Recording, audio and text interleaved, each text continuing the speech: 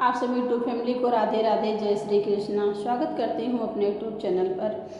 बहुत ही दर्द भरा आप लोगों के बीच एक कजरी गीत लेकर के आई हूँ। गीत को पूरा सुनना और कैसा लगा कमेंट बॉक्स में बताना। हमारे चैनल को भी अपना प्यार आशीर्वाद देना। राधे राधे, जय श्री। अपने दिलवा कर बात हम बताई पिया, बड़ी महंगाई पिया ना।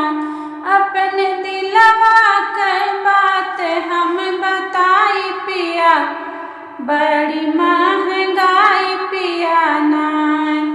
चावल गेहूँ कर महंगाई, बजरा हमसे ना पिसाई। चावल गेहूँ